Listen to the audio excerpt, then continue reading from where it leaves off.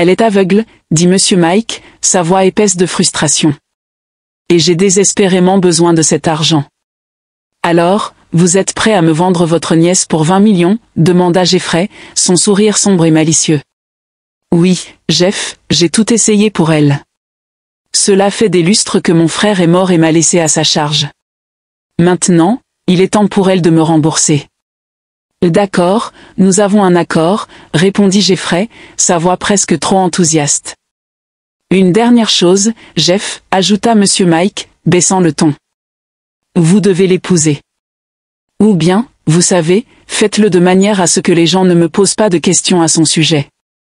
Elle est toujours de la famille. Marché conclu, répondit Jeffrey sans hésiter, sa voix douce comme s'il avait attendu ce moment.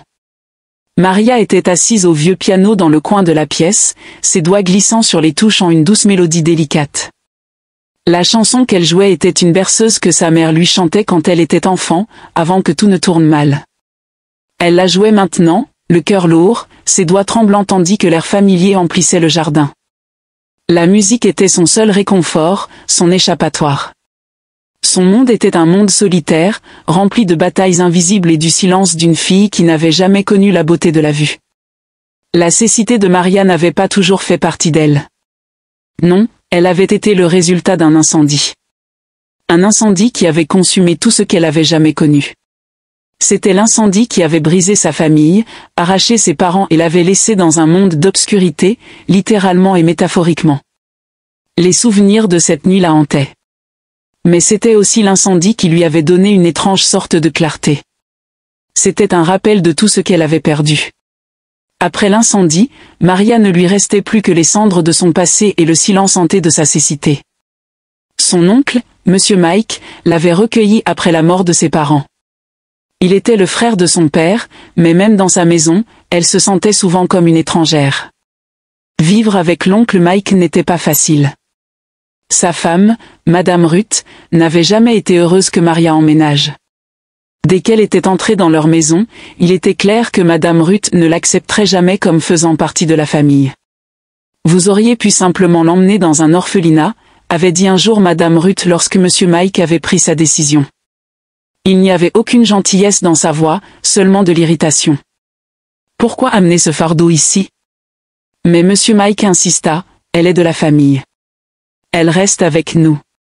Malgré cela, Maria ne se sentait jamais vraiment à sa place. Matthew, le fils de son oncle, rendait sa vie encore plus difficile. Il était cruel, trouvant toujours de nouvelles façons de la tourmenter. Il cachait sa canne, la forçant à trébucher sur les meubles ou les murs. Il éclatait de rire avec ses amis alors qu'elle luttait pour se déplacer dans la maison. Il semblait qu'ils la considéraient tous comme moins qu'humaine, comme si sa cécité la rendait invisible. Au fil des jours, le monde de Maria semblait se rétrécir encore plus. Le piano, le seul endroit où elle trouvait la paix, devint son refuge. Elle y versait toutes ses émotions, la tristesse, la frustration, la solitude, sa musique racontant une histoire que personne d'autre ne pouvait entendre. Même si Maria était aveugle, cela ne l'exemptait pas des tâches ménagères. Au contraire, cela semblait rendre Madame Ruth encore plus déterminée à la faire travailler plus dur. Elle devait tout faire, du lavage des sols sales à la vaisselle, en passant par l'aide à la ferme pour la récolte, malgré son handicap. Chaque fois qu'elle trébuchait, les mots de Madame Ruth résonnaient dans son esprit, « Tu dois payer pour la nourriture que tu manges et le toit au-dessus de ta tête. » Peu importait qu'elle ne puisse pas voir. Si quoi que ce soit, sa cécité semblait la rendre encore plus invisible aux yeux de la famille. Maria n'avait pas d'amis. Les enfants à l'école ne voulaient pas être près d'elle. Comment aurait-il pu? Elle était la fille aveugle aux vêtements en lambeaux et au sourire qui ne brillait pas comme le leur. Le seul réconfort qu'elle avait était le piano que son oncle lui avait offert pour ses 16 ans. Pour la plupart, ce n'était qu'un vieil instrument, mais pour Maria, c'était son seul ami, son seul échappatoire aux dures réalités de la vie. Il avait été relégué dans un coin du jardin par Madame Ruth, qui semblait toujours penser que c'était une perturbation. Pourquoi amener un tel bruit dans cette maison, avait-elle demandé lorsque son mari l'avait acheté. Mais Monsieur Mike, qui se souciait vraiment d'elle, avait insisté pour que ce soit un cadeau pour Maria, quelque chose à quoi se raccrocher, mais c'était tout. C'était un objet de réconfort caché dans le jardin, loin de la maison. Le monde autour d'elle était rempli de taches, de dédain et d'amertume. Son oncle, Monsieur Mike, la traitait comme sa fille, mais même lui ne pouvait pas la protéger de la cruauté quotidienne de Madame Ruth et Matthew. Il n'avait pas grand-chose, mais aux yeux de son oncle, elle était toujours de la famille. Ce n'était pas grand-chose, mais Maria ressentait quelque chose qu'elle n'avait jamais ressenti auparavant dans sa vie, un sentiment d'appartenance. Même si la maison était remplie de tensions, même si les tâches étaient sans fin, Monsieur Mike était la personne la plus proche d'un père qu'elle avait maintenant point, mais Maria n'était pas comme les autres. Elle était la plus pauvre, celle qui portait de vieux vêtements usagés qui s'accrochaient à peine à son corps fragile. Des vêtements qui ressemblaient presque à des haillons. Les fils avaient depuis longtemps perdu leur couleur et le tissu était déchiré à certains endroits. Mais Maria ne se plaignait jamais. Elle était reconnaissante pour cela. Elle était reconnaissante pour tout ce qu'elle avait, même si ce n'était pas grand-chose. Au moins, elle avait un toit au-dessus de sa tête.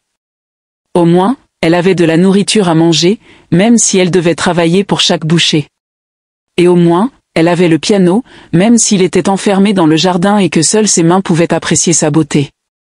Chaque jour, elle vivait dans la gratitude pour ses petits cadeaux, même si le monde autour d'elle semblait vouloir tout lui prendre. Ce soir-là, alors que Monsieur Mike rentrait à la maison, il attrapa rapidement Madame Ruth par le bras et la précipita en bas dans le jardin. « Nous sommes riches », murmura-t-il avec empressement, son visage s'illuminant d'excitation, sans savoir que Maria était assise dans le jardin bien avant qu'il ne sorte. « Comment ? Je ne comprends pas, Mike, dit Madame Ruth, sa voix teintée de confusion. « Nous sommes 20 millions plus riches maintenant, dit Mike, ses yeux brillants. J'ai finalement décidé de vendre Maria au riche homme dont je t'ai parlé avant. » Madame Ruth cligna des yeux, essayant de comprendre ces mots. « Quoi ? La vendre ? Mais Mike, elle est aveugle. Comment cet homme pourrait-il la vouloir ? » Mike essaya de la calmer, un sourire se répandant sur son visage. « Je ne sais pas, mais je m'en fiche. Je suis juste tellement heureux avec l'argent que j'ai oublié de demander. Nous sommes sauvés maintenant. » Le visage de Madame Ruth se fendit d'un sourire, ses yeux se rétrécissant de cupidité. « Waouh, c'est bien. Mais que veut ton ami avec une fille aveugle ? Je ne sais pas. Et honnêtement, je m'en fiche.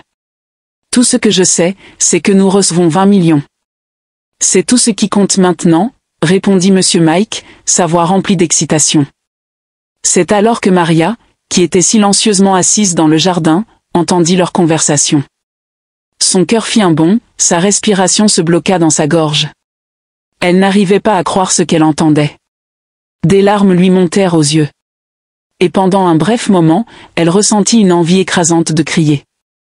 Mais elle resta silencieuse, ses émotions bouillonnant en elle alors qu'elle essayait de comprendre les mots qu'elle venait d'entendre. Elle était vendue. Vendue comme une sorte de marchandise. L'homme en qui elle avait eu confiance, le seul qui lui avait jamais montré de la gentillesse, faisait maintenant des affaires avec sa vie comme si elle n'était rien de plus qu'une propriété. Alors qu'elle était assise là, tremblante, Monsieur Mike continua, « Jeff va l'épouser. Il en fera un mariage ou ce qu'il veut.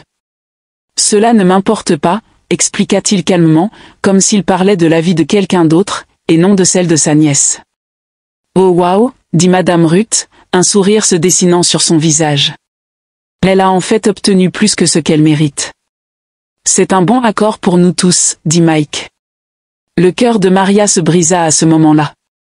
Elle n'avait été rien de plus qu'un fardeau pour eux, quelqu'un qu'ils pouvaient échanger contre de l'argent. Et maintenant, même l'homme qui l'avait recueilli enfant, qui avait été sa seule famille, était prêt à l'abandonner pour le saquer de la richesse. Elle resta silencieuse, ses mains tremblantes tandis qu'elle écoutait les plans faits pour son avenir, un avenir sur lequel elle n'avait aucun mot à dire. Toute sa vie, elle avait vécu dans l'ombre, dépendante des autres pour les plus petites choses. Mais maintenant, elle réalisait à quel point elle comptait peu pour ceux qui l'entouraient. Pour eux, elle n'était qu'une fille aveugle, une fille qui pouvait être vendue à un prix. Des larmes coulèrent sur son visage alors qu'elle essayait de retenir les émotions qui menaçaient de la submerger. Elle voulait crier, hurler, s'enfuir, mais elle resta immobile, craignant ce qui pourrait arriver si elle révélait qu'elle avait tout entendu. Le poids de la vérité pesait lourdement sur ses épaules, et le silence du jardin semblait être un rappel cruel et suffocant de combien elle avait peu de contrôle sur sa propre vie. Le lendemain matin, Maria était assise près du piano, ses doigts effleurant distraitement les touches lorsque Monsieur Mike entra dans le jardin avec un air sérieux sur le visage. Il se tint près d'elle, sa présence la faisant se tordre d'inquiétude.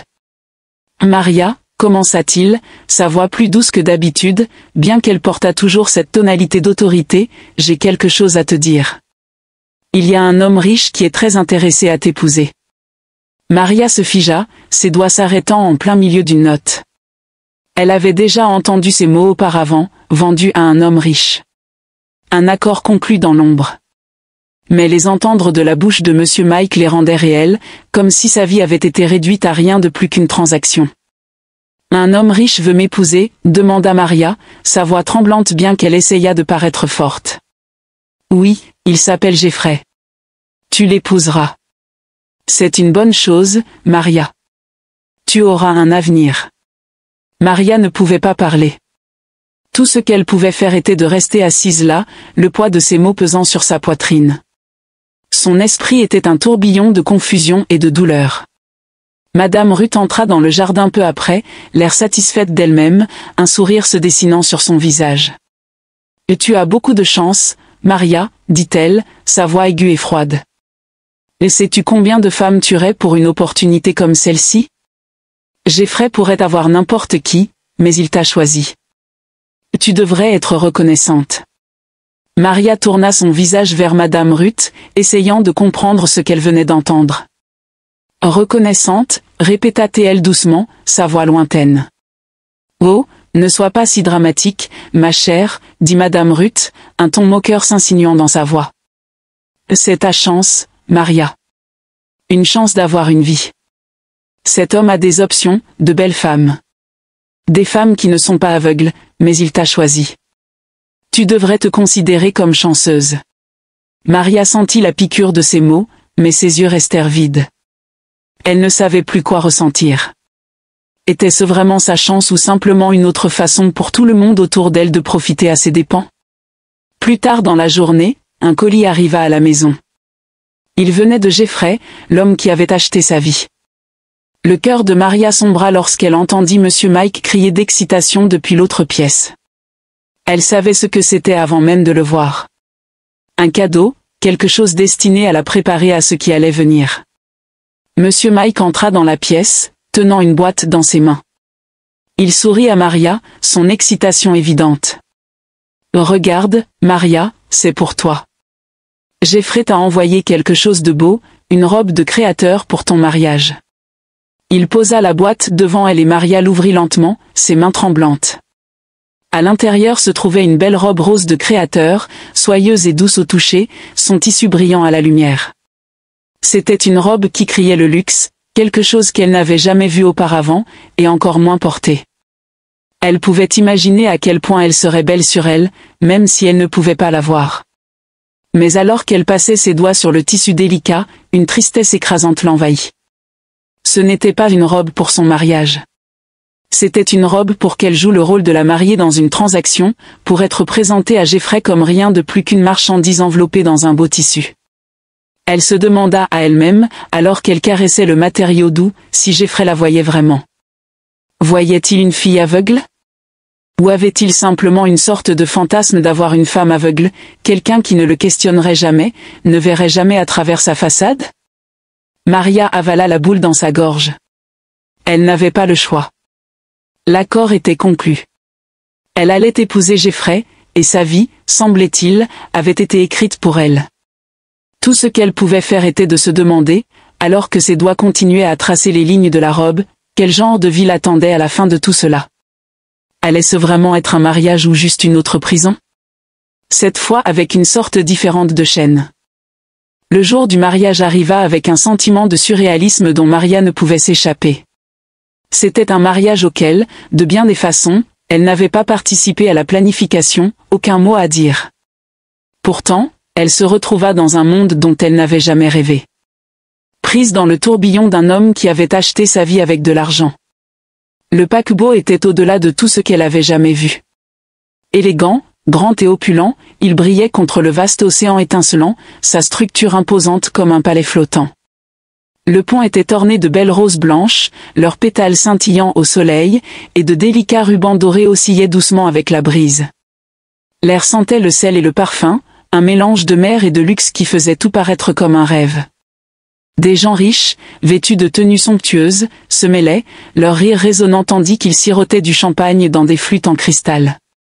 Maria pouvait entendre leur voix, leur chuchotement, le cliquetis des talons de créateurs sur le sol poli. Elle se sentait petite, insignifiante dans cette mer de richesse et d'extravagance. Mais elle gardait son sang-froid. Après tout, elle était une mariée maintenant, même si elle ne se sentait pas comme telle. Elle se tenait à l'autel à côté de Jeffrey, sa main tremblant légèrement alors qu'elle reposait dans la sienne. Il était beau, son costume sur mesure lui allait parfaitement. Mais pour Maria, il n'était qu'un étranger, un homme qui était entré dans sa vie comme une tempête, lui enlevant le peu d'autonomie qui lui restait.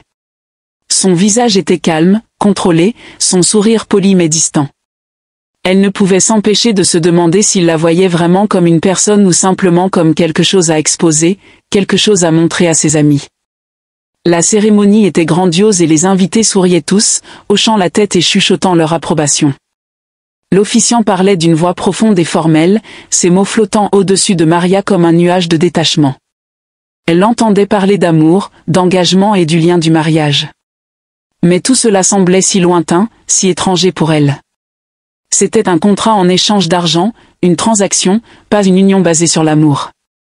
Lorsque vint le moment des vœux, Jeffrey parla avec confiance, sa voix ferme.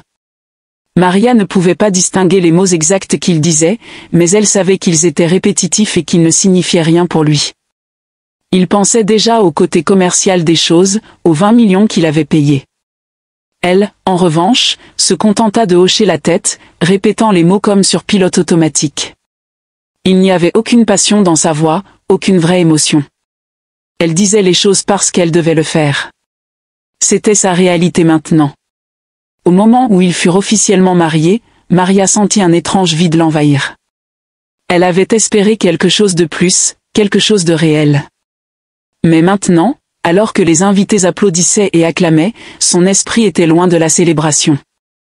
Elle ne pouvait s'empêcher de se demander ce que lui réservait l'avenir avec cet homme. Était-elle vraiment une épouse à ses yeux ou juste une autre possession ? Après la cérémonie, la célébration se poursuivit sur le paquebot avec les invités riches qui dansaient et profitaient de la soirée, leur rire résonnant à travers les ponts. Maria ne pouvait pas se concentrer le dessus. Elle était dans son propre monde, ses pensées dérivant vers ce qui l'attendait au retour à la maison de Jeffrey, vers la vie à laquelle elle était maintenant liée. Alors que la nuit tombait, il était temps de partir. Jeffrey, toujours le gentleman, la conduisit vers une voiture noire élégante et coûteuse qui attendait sur le quai. La voiture était brillante, presque trop parfaite, le genre de voiture qui faisait tourner les têtes. C'était un contraste avec sa réalité, quelque chose de si éloigné de la petite maison exiguë où elle vivait autrefois avec Monsieur Mike. Les portes s'ouvrirent et elle fut doucement guidée à l'intérieur, les sièges en cuir douceuel. L'intérieur de la voiture sentait légèrement le parfum coûteux et le bois poli.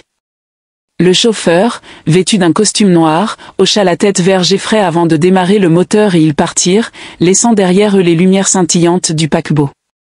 Alors que la voiture traversait les rues calmes, Maria fixait la fenêtre, son visage à peine visible dans le reflet de la vitre.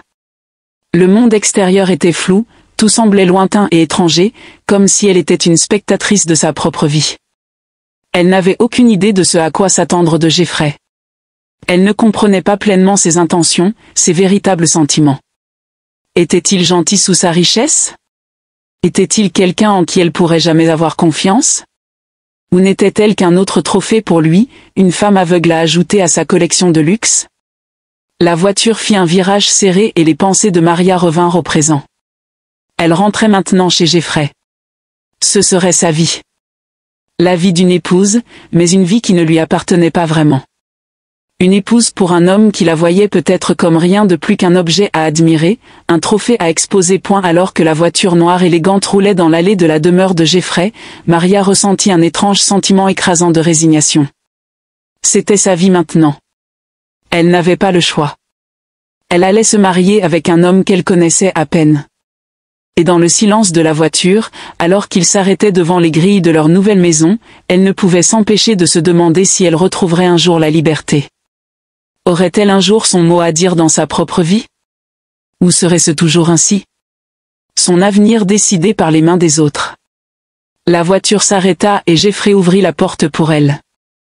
Elle sortit, le cœur lourd, et entra dans la maison qui serait désormais sa prison, où elle vivrait en tant qu'épouse d'un homme dont elle ne pouvait même pas commencer à comprendre les véritables intentions.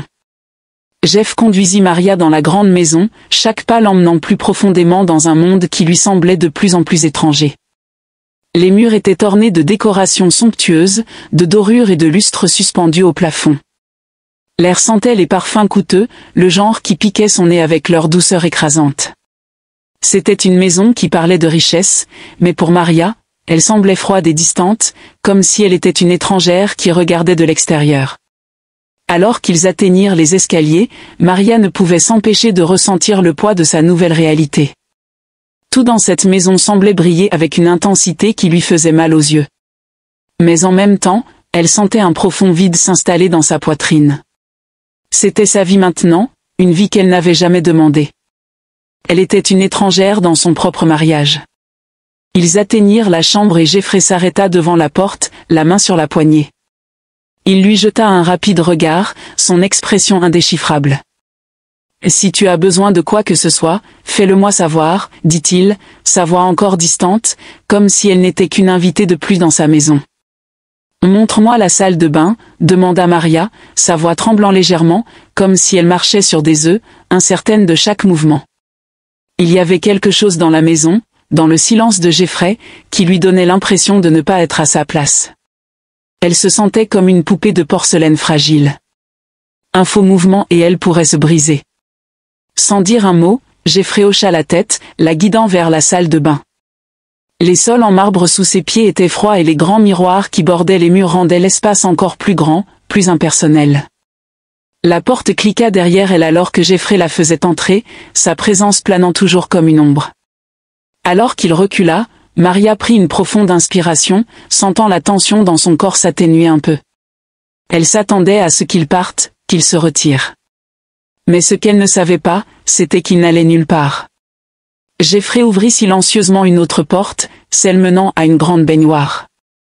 C'était comme s'il avait anticipé chacun de ses mouvements, même si elle n'avait pas dit un mot. Maria ne remarqua pas cela. Elle était déjà concentrée sur autre chose. Elle se tourna vers la salle de bain et dézippa sa robe, le tissu glissant de son corps et tombant au sol dans un doux froissement. Elle se tenait là, sa peau nue exposée à l'air frais. Elle ressentit une étrange sensation de liberté alors que la robe s'enroulait autour de ses pieds. Pendant un bref moment, elle était juste Maria, plus l'aveugle, plus la femme qui avait été vendue. Elle était juste elle-même, debout dans la pièce silencieuse, incertaine de ce à quoi s'attendre ensuite. C'est alors que Jeffrey, qui pensait être sorti de la pièce, se retourna, ses yeux s'écarquillèrent, figés sur place alors qu'il l'apercevait. Maria ne le savait pas, mais elle était devenue sans le vouloir quelque chose d'autre à ses yeux, une vision de beauté brute. Sa peau, immaculée et intacte par la dureté de la vie, scintillait sous la lumière tamisée. Pour Jeffrey, c'était comme s'il regardait une déesse, quelqu'un d'intact, intemporel et sans chagrin. Maria ne remarqua pas son regard, trop absorbée par ses propres pensées. Elle était perdue dans l'instant, inconsciente de l'effet qu'elle avait sur lui. Pendant une brève seconde, le monde extérieur à la salle de bain semblait disparaître. Elle se tenait dans toute sa gloire, inconsciente que le souffle de Jeffrey s'était arrêté dans sa poitrine, son cœur battant d'une manière qu'il n'avait pas anticipée. Sans un mot, Jeffrey recula lentement, sortant silencieusement de la pièce et refermant doucement la porte derrière lui. Il ne pouvait se résoudre à dire quoi que ce soit, à faire quoi que ce soit. Il partit simplement, le poids du moment pesant sur lui alors qu'il s'éloignait, l'esprit en ébullition face à la vision qu'il venait d'avoir. Maria, toujours inconsciente de sa présence, se retourna vers la salle de bain, perdue dans son propre monde. Elle entra dans la douche, l'eau chaude cascadant sur sa peau, apaisant la tension dans ses muscles. Elle ne savait pas comment sa vie avait pris ce tournant, comment tout avait dérapé si loin hors de son contrôle. Tout ce qu'elle pouvait faire, c'était se concentrer sur l'eau, le son rythmé de celle-ci clapotant contre sa peau. Et dehors, devant la salle de bain, Jeffrey se tenait, le dos contre le mur, l'esprit tourbillonnant de pensées qu'il ne pouvait exprimer. La réalité de sa nouvelle vie, de son mariage avec Maria, venait de changer de manière inattendue. Qu'était ce sentiment? Qu'y avait-il chez elle qui rendait tout si inhabituel? Il n'avait jamais attendu cela, cet effet qu'elle avait sur lui. Mais maintenant, alors qu'il se tenait dans le silence du couloir, il réalisait qu'il commençait déjà à se demander s'il avait fait une erreur, si c'était vraiment ce qu'il voulait. Mais il était trop tard maintenant. Pour Maria, ce n'était qu'un jour de plus. Mais pour Jeffrey, quelque chose avait changé.